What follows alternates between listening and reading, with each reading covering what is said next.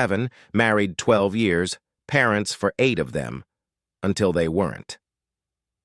After their daughter died, words became expensive, touch became careful, nights became long and separate even when they shared the same bed.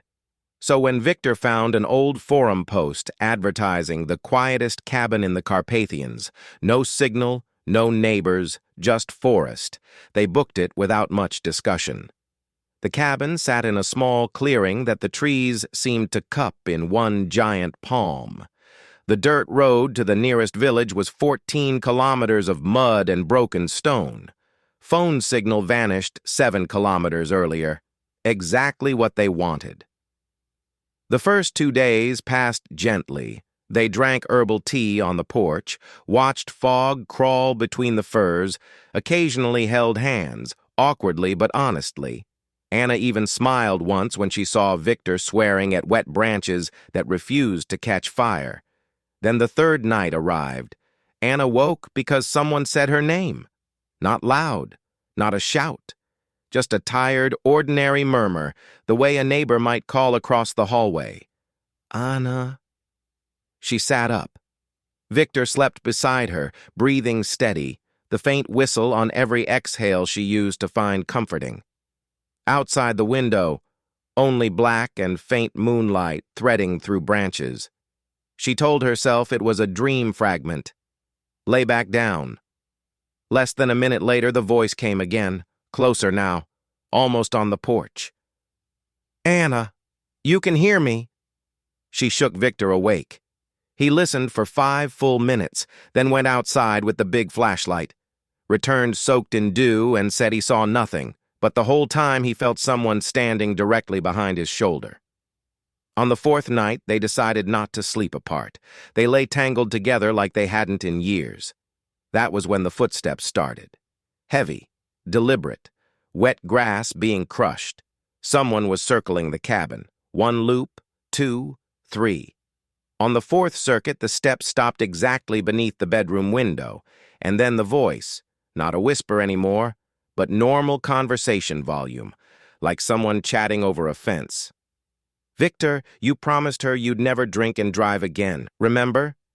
Anna felt the temperature drop inside his palms. He hadn't touched alcohol in 4 years, but 5 years earlier, yes, 1 bottle, 1 late-night argument, 1 police checkpoint, 1 very small coffin carried between the 2 of them. The voice outside continued calmly. You both know why you really came here. Not for quiet. You came so I could find you. Anna began to cry without sound, just tears sliding sideways into the pillow. Victor held her so tightly it hurt. Then the voice changed register, became small, familiar, heart-stopping. Mommy, Daddy, why did you leave me alone in the car? That broke something. Anna screamed. Victor grabbed the axe beside the stove, ran outside barefoot in only his underwear. The flashlight fell, rolled, throwing insane shadows across the trunks. Nothing. Just swaying branches, fog, the clean, wet smell of pine. He staggered back inside. Anna was on the floor, rocking, arms wrapped around her knees. We leave at first light, he said, as soon as we can see the road. But morning refused to arrive properly. At 5 a.m., when gray should have started leaking through the trees, everything became darker instead. Unnaturally darker. As though someone had thrown an enormous black curtain over the entire forest. Their flashlights died after 30 or 40 seconds, no matter how new the batteries were. Then came the laughter. Child's laughter. Distant at first, then closer, then directly overhead, as though it was inside the attic. And then both their voices spoke at once, fused into one terrible harmony. You can leave, but first tell her the truth. Which one of you was holding the wheel that night?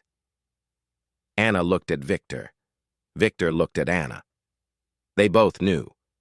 For 5 years they had lied, to each other, to themselves, to the investigators, to their parents, to the priest on the day of the funeral. They lied even at the graveside. Victor had been driving, but Anna had been beside him, tired and impatient, saying, "Go faster, I just want to be home." And he had pressed the accelerator, and he hadn't seen the truck until the headlights filled the windshield. They sat in silence a very long time. Then Anna spoke into the suffocating dark. "It was me. I told you to hurry. I killed her." Victor began to cry. Real, ugly, childlike sobs he hadn't allowed since the funeral. The moment the first sob left his throat, the darkness flinched. Daylight arrived suddenly, violently, the way a bulb switches on. Birds started singing. Fog retreated like a living thing. Normal forest smells returned. Resin, wet moss, earth.